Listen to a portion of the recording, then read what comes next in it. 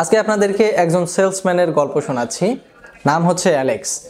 Alex প্রতিদিন 100টা বাসার মধ্যে যেত এবং 100টা মানুষের সাথে প্রতিদিন দেখা করত। করার পরে দেখা যাচ্ছে তাদেরকে বলতো যে সে কিন্তু পাপোশ বিক্রি করত।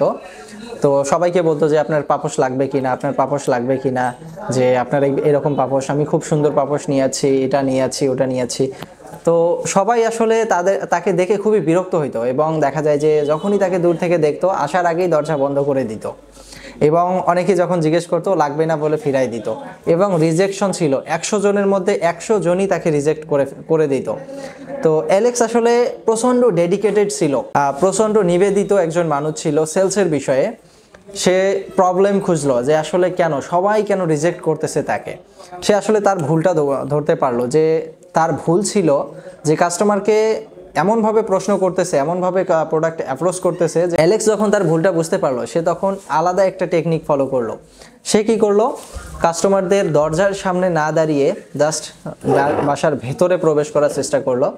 যে প্রথম কথাবার্তা শুরু করলো, এরপর কথা বলতে বলতে পরিচয় দিল, দিয়ে ভেতরে প্রবেশ করলো। করার পরে এরপরে সে বলল যে আপনাদের বাসায় এরকম এত নোংরা আশেপাশে পড়ে আছে, হয়ে আছে, হ্যাঁ, তো এইটা কিন্তু অনেক বাচ্চা কাচ্চা এখানে খেলা, মেঝের মধ্যে খেলা করে, হেঁটে বেড়ায়, এই যে চতুর্দিকে জীবাণু ছড়ায় আছে, এটার কারণে কিন্তু তারা অসুস্থ হইতে পারে, তাদের বিভিন্ন সমস্যা হইতে পারে, আশপাশে এই যে নোংরা পড়ে আছে।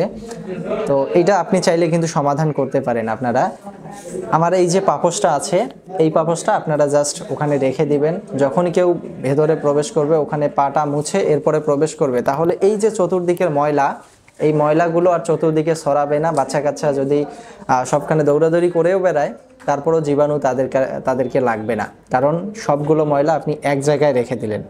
তো এইটা বোঝানোর পরে যখন সে রিয়েলাইজ করাইতে পারলো যে এইটা আসলেই তার দরকার, তাদের এই প্রোডাক্টটা আসলেই তাদের দরকার, এইটা যখন তাদেরকে বোঝাইতে পারলো তখন দেখা যাচ্ছে যে তখন দেখা গেল যে অনেক কাস্টমার তাকে হ্যাঁ বলা শুরু করলো। তো এখানে তার যে ইমপ্রুভমেন্টটা ছিল যে বাইরে থেকে যে কেউ সেলসম্যানকে যদি কেউ বুঝতে পারে যে ইনি আমাকে এই জিনিসটা বিক্রি করার চেষ্টা করতেছে, কেউ নেবে না যতক্ষণ না তার এটা প্রয়োজন হয়। তো প্রথমত দেখা যাচ্ছে যে সে বাসার বাইরে না থেকে জাস্ট বাসার ভেতরে প্রবেশ করার চেষ্টা করছে, স্টেপ 1। এরপরে তাদের কেন এটা প্রয়োজন, এই হোয়াইটা তাদেরকে ক্লিয়ার করেছে, তারপরেই সেলস ইজি। তো আমরাও অনেক সময় এই ভুলটা করি।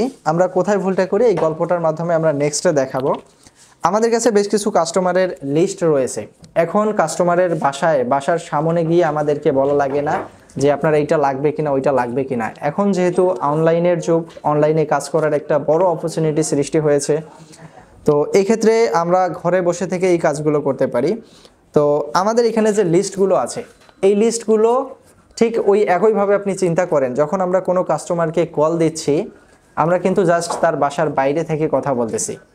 যখন এই কাস্টমারটাকে আমরা ইনবক্সে নিয়ে আসতেছি বা আমাদের মেসেঞ্জার বা হোয়াটসঅ্যাপে তাদের সাথে কানেক্ট হচ্ছি, তখন কিন্তু আমরা তার ঘরের ভেতরে প্রবেশ করতেছি।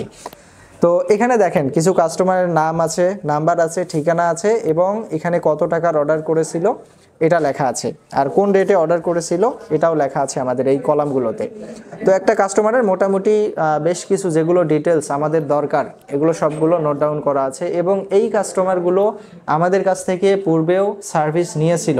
তারা জানে যে আমাদের সার্ভিস কেমন, আমরা কি সার্ভিস দেই, আমাদের কোয়ালিটি কেমন, প্রিন্টের কোয়ালিটি কেমন, ডেলিভারি কতদিনে আমরা দেই, মোটামুটি একটা ধারণা আছে।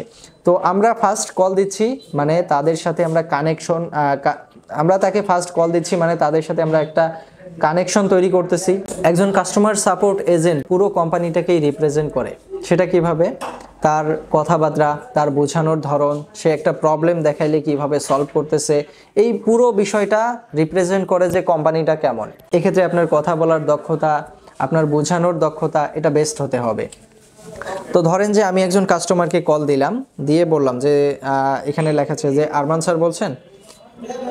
উনি বললো যে হ্যাঁ বলছিলাম। স্যার আমি এখানেই.com থেকে বলছিলাম। স্যার আপনি 2-3 মাস আগে আমাদের কাছে কিছু টি শার্ট প্রিন্টের সার্ভিস নিয়েছিলেন।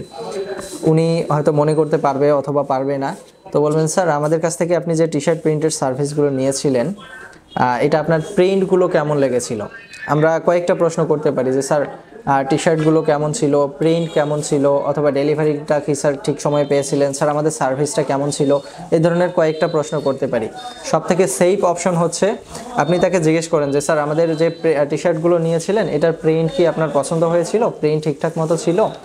আমরা প্রিন্টের কথা জিজ্ঞেস করার কারণ হচ্ছে আমাদের প্রিন্টের কোয়ালিটিটা খুবই ভালো হয় অন্যদের থেকে, এবং প্যাকেজিং কোয়ালিটিটা আমাদের ভালো।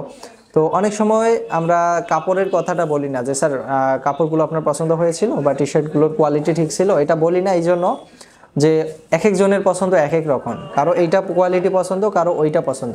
তো উনি যেটা পেয়েছে ওনার পছন্দের সাথে নাও মিলতে পারে, কিন্তু প্রিন্ট যেমন হওয়ার এমনই হয়েছে, মানে যেটা বেস্ট হওয়ার ওরকমই আমরা দিয়েছি। তো এক্ষেত্রে প্রিন্টের কথাটা জিজ্ঞেস করলে কেউ বলবে না যে প্রিন্ট খারাপ হয়েছিল, সবাই বলবে প্রিন্ট ভালো ছিল। আমরা পজিটিভ ফিডব্যাক নেওয়ার জন্যই এই প্রশ্নটা করতেছি যে প্রিন্টটা কেমন ছিল। তো উনি যখন বললো যে হ্যাঁ প্রিন্টটা ঠিক ছিল, তখন আমরা একটা পজিটিভ ফিডব্যাক পাইলাম। তো একটা পজিটিভ ফিডব্যাক পাওয়ার পরে আমরা তাকে আরেকটা সেলসের জন্য অ্যাপ্রোচ করতে পারি যে স্যার আমাদের বেশ কিছু কালেকশন রয়েছে, আমি কি আপনাকে হোয়াটসঅ্যাপে পাঠাবো, আপনার কি এইটা হোয়াটসঅ্যাপ নাম্বার, এটা বলতে পারেন। অথবা বলতে পারেন যে স্যার আপনার তো 2-3 মাস থেকে কোনো টি শার্ট প্রিন্টের সার্ভিস নিচ্ছেন না মনে হয়, তো আমাদের কি নতুন কিছু কালেকশন রয়েছে, এগুলো কি আপনাকে পাঠাবো, হোয়াটসঅ্যাপে দিব, স্যার আপনার কি এইটা হোয়াটসঅ্যাপ নাম্বার। তো এই ধরনের কোয়েশ্চেন করে আপনি আপনার মতো করে আরও কিছু কথা গুছাই নিতে পারেন। এরকম কোয়েশ্চেন করে আপনি তাকে ফার্স্ট হোয়াটসঅ্যাপে বা ইনবক্সে আসার জন্য রাজি করান। তো ঠিক একইভাবে যেমন আমরা প্রথম দরজা থেকেই বলতেছি না যে স্যার আপনার এটা লাগবে কিনা, আমরা যখন কল করে প্রথমেই বলবো যে স্যার আপনি 2-3 মাস আগে টি শার্ট নিয়েছিলেন, আপনার কি এখন কোনো টি শার্ট প্রিন্টের সার্ভিস লাগবে, সবাই বলবে লাগবে না, জাস্ট সবাই বলবে না, অর্থাৎ মুখের উপরেই দরজা বন্ধ করে দিল উনি। তো আমরা তাহলে কি করতে হবে, আমাদেরকে বলা যাবে না যে স্যার আপনার এখন লাগবে কিনা, উনি জাস্ট যদি না বলে তাহলে তো ওখানেই ডিল ক্লোজ। কিন্তু ওনাকে রাজি করান যে স্যার আমি কিছু ছবি পাঠাবো কি আপনাকে এই নাম্বারে হোয়াটসঅ্যাপে, কেউ ছবি পাঠাইতে নিষেধ করবে না আপনাকে। তো প্রথম আপনি তার ঘরের মধ্যে প্রবেশ করলেন, এরপর তাকে আপনি বোঝানোর সুযোগ পাইলেন, অর্থাৎ এক কথায় আপনাকে ক্লোজ করে দিতে পারলো না উনি, আপনি বোঝানোর একটু সময় পাইলেন, তাকে কিছু কালেকশন দেখানোর এবং কালার চয়েস করার, পরিমাণ জানার, এই বিষয়গুলোর জন্য আপনি তার সাথে সম্পর্ক তৈরি করার জন্য একটা সময় পেলেন ইনবক্সে নিয়ে আসার মাধ্যমে।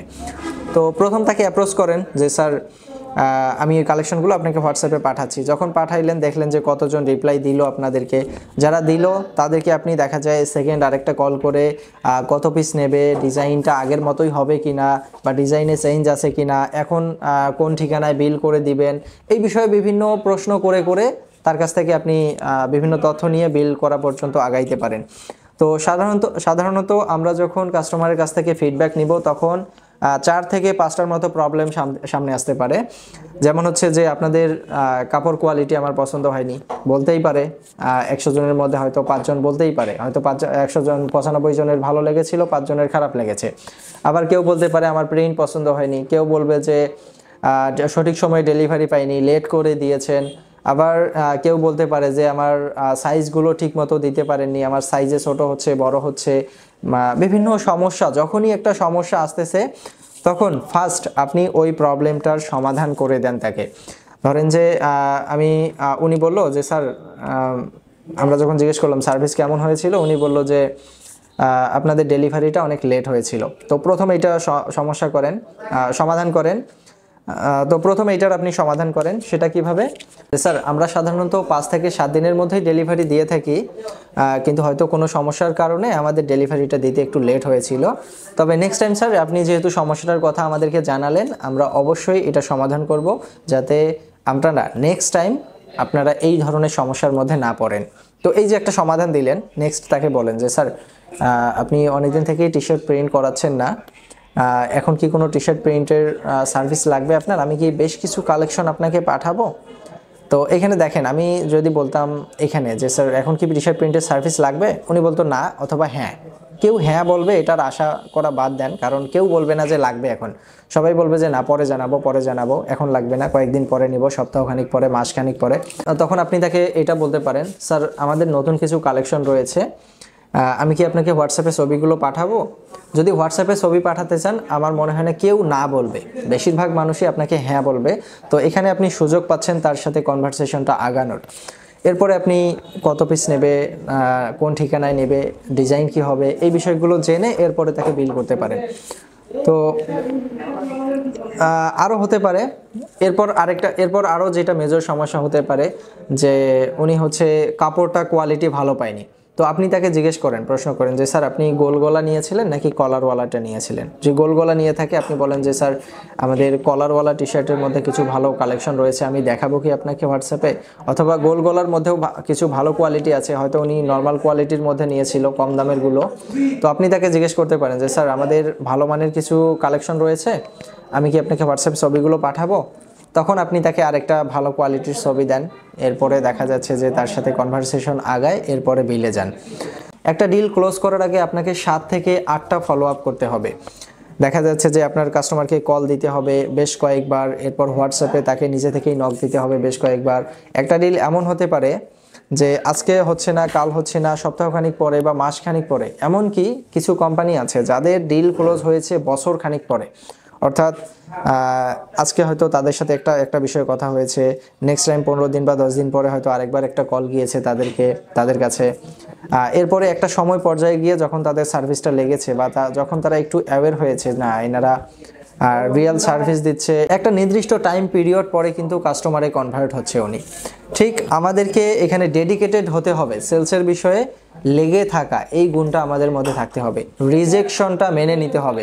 আমরা যে এর আগে যে গল্পটা বলেছিলাম যে রিজেকশন আপনার ক্ষেত্রে 100% আসতে পারে, 100 থেকে আপনি জাস্ট 99% রিজেকশনকে আপনি বাদ দিয়ে 1% অ্যাচিভ করেন, এটা হচ্ছে আপনার আজকের 1% অ্যাচিভ, কালকে আপনি 2% অ্যাচিভ করবেন, এরপরে 3% অ্যাচিভ করবেন। 100 জনে আপনাকে হয়তো 95 জন না বলবে, 5 জন হ্যাঁ বলবে, ওই 5 জনের হ্যাঁ বলাটাই হচ্ছে আপনার অর্জন। তো এখানে প্রচণ্ড নিবেদিত হতে হবে এবং এই লেগে থাকার অভ্যাসটা নিজের মধ্যে গড়ে তুলতে হবে। সাথে সাথে আমাদের এই মানসিকতা থাকতে হবে যে 100 জনের মধ্যে আমাকে 100 জনই না বলে দেখ, আমার কোনো সমস্যা নাই, আমাকে 5 জন যাতে হ্যাঁ বলে, জাস্ট আমি 95% অ্যাচিভ করা, জাস্ট আমি 5% এই মাসে অ্যাচিভ করব, নেক্সট মাসে 6%, 7%, এইভাবে নিজেকে আমি ইমপ্রুভ করব। আপনি জাস্ট রিজেকশনটা নেওয়া শেখেন। আপনি যত বেশি রিজেকশন নেবেন, আজকে আপনি 100টা রিজেক্ট নিতেছেন, কালকে আপনি 200 রিজেক্ট নেবেন, এর মধ্য থেকে 100-র মধ্যে আপনাকে হয়তো দেখা যাচ্ছে যে 5 জন ডিল দিয়েছে, নেক্সট টাইমে 100 জনের মধ্যে আপনাকে 6 জন ডিল দিয়েছে। এভাবে আজকে 100 রিজেক্ট করেছে, কালকে 200 রিজেক্ট করবে, তখন আপনার 5-5-10 অর্থাৎ 5% যদি আপনি অ্যাচিভ করেন, তাহলে 200 কাস্টমারের রিজেকশন পাওয়া মানে কি আপনি 10টা ক্লায়েন্ট পেলেন, 300 কাস্টমারের রিজেকশন পাওয়া মানে আপনি 15টা ক্লায়েন্ট পেলেন, 400 কাস্টমারের রিজেক্ট পাওয়া মানে আপনি 20টা ক্লায়েন্ট পেলেন। তো এভাবেই আপনাকে নিজেকে রিজেকশন নেওয়ার জন্য তৈরি করতে হবে।